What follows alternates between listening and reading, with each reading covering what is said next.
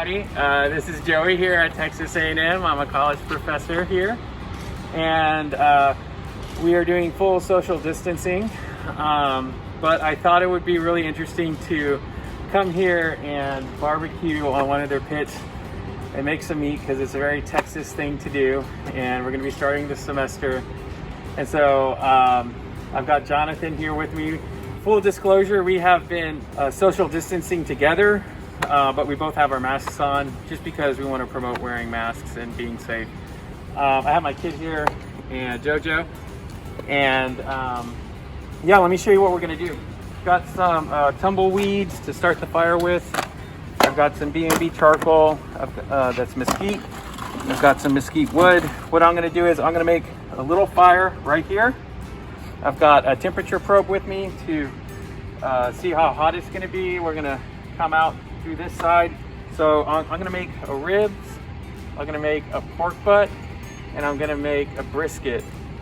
And it should all fit in here. I did the math. The idea here is to cook it for 3 to 5 hours. It's a 5-pound brisket, so I've done it before, and you should be able to get very similar results as if you had done it for 8 to 10 hours. I'll probably cook around 275, 300. I'm just gonna use olive oil here as a binder, and I brought black pepper, kosher salt, which is like a very Texas barbecue setup. And then I've got some garlic powder and onion powder and some paprika.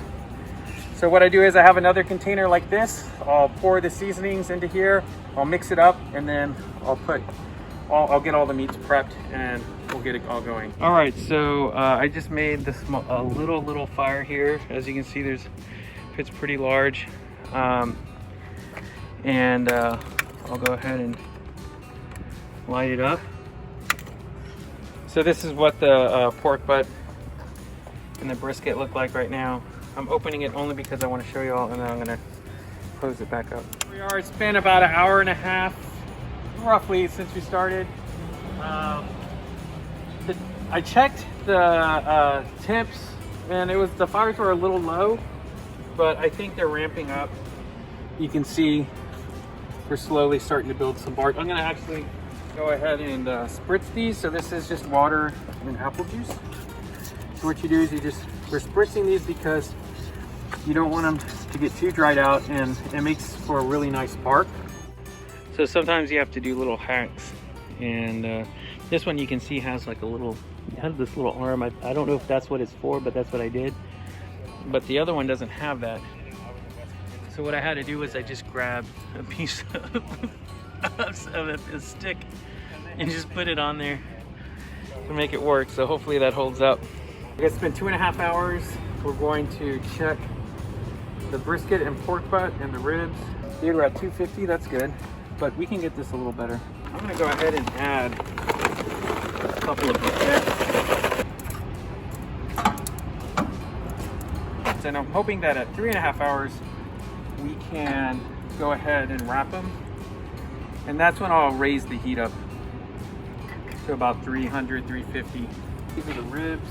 Let me take off my little holder here.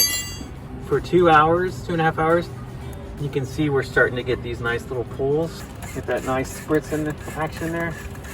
That's how we do cooking here at Texas A&M, man. You know, I'm a UT grad. Now I'm an associate professor here in the communication department. And Johnny was a student of mine at UIW. And now he works here too. This is our building. This is where we teach. This is where our offices are. And it just so happens that they have grills here. But anyways, we'll see how this turns out. All right, so here we are. We're 3.5 hours in. We're gonna wrap these ribs. And so what we'll do is we'll put them in some aluminum, because I don't have butcher paper today. We will spritz them, and then we'll put them back. And what we're gonna do is we're actually gonna manage the fire a little bit. Probably turn the heat up just a bit more. It's actually still pretty hot. And then go from there. Since this is really hot, I'm just gonna pick it up from the bottom very carefully, try not to affect the bark at all. I'll just come over here.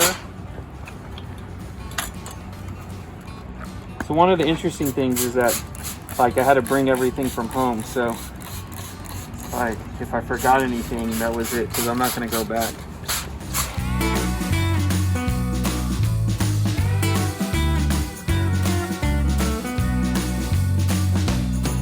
Like I said, we'll let it cook for another hour and a half. Next, we're gonna look at the brisket and pork butt. These should take much longer to cook. If you come over here, you can see we're at 275, almost 300. That's a really good temp to be at. If you look at the bark here, it's just now starting to need to be spritzed. This is a perfect time for us to go ahead and wrap it, spritz it. So I'll put that down in the middle. We're using this extra heavy duty barbecue aluminum foil from HEB. It's actually really great stuff. So this is the last time, you know, you'll be adding moisture, because once you wrap it, you don't want to open it back up.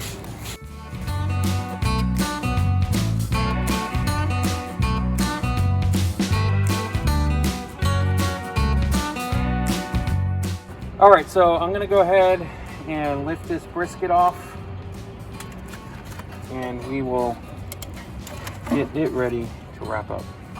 So I'm gonna spritz this again. It's a little bit of a crutch. I just wanna make sure that we don't get this thing too dried out. So we'll wrap this up. And we're gonna ramp the heat up a little bit. We're gonna make some modifications. So what I'm actually gonna do on this one is I'm gonna move this all over, and then I'll come back out here in about 45 minutes, an hour. The brisket's at 140, so they're both around the same. So that means we're gonna need to get this heat going up. These should be done. And we will transfer, I'll actually transfer these coals over. And we need to build up some more heat. The temp was at like 250, and we need to get it back up to about 300. Rain may be on its way, so we're gonna try and finish up around here. Things didn't go perfectly. So we kind of ran out of time. So we went ahead and brought it over. The brisket and pork butter in here, and then the ribs we had already finished, so we're gonna go ahead and open this up. So that's what we're looking at right now. Now they're supposed to have like a good little like sling to them. Let's see how they, which they do. Let's see how they cut. So here's how it came out, and you can see the smoke ring on it. They look pretty good. Let's see here. Here's the bone off. We've pulled the brisket out. We should be at a pretty decent temp. We cooked it for roughly 9 hours. It's supposed to be around 202, so I think we're right there. So we'll let this thing rest. We'll probably cut a little piece off just so that we can try it. I'm gonna wrap the rest up so it doesn't lose too much moisture, but we just wanted to show you this real quick. And that little piece is gonna be what we're gonna sample. So we'll see how this goes. So we've gone ahead and taken the pulled pork out of the aluminum. We have all the brine here. Since I am gonna use this to eat over the week, we're gonna go ahead and just pull it and then put it in with some of the brine so it doesn't dry out, and store it. And of course we're gonna try some too. I'm not pulling hard. You see how it just starts coming across? Look at that. That's what pulled pork does if you've cooked it right. It just starts coming apart. So yeah, there we go. Fun times. All right, so there we go. That was a good time, yeah. So we shot that 1 week ago, and we kind of got to reflect on it, and we definitely enjoyed a lot of barbecue. Oh yeah, that pork lasted us for what, 2, 3, 4 days? Yeah, something like that. Yeah. The ribs were gone that night. The brisket definitely was another 2 or 3 days as well. Oh, definitely. I mean, one of the things you learn, and one of the things we've talked about for our future videos, is actually shooting a video on cooking just small portions of barbecue, because during these kind of COVID times, it's not like you're cooking for these big groups. And, you know, one of the things you see on a lot of these channels is people making a 16-pound brisket. Well, yeah. You know, we like our barbecue fresh. Yeah. We have a big surprise for our second video. Johnny has upgraded in his lifestyle, and so we'll be going over that. Talk a bit about what's going on next. So stay tuned, and we hope you enjoyed our first initial adventures with Joey and Johnny.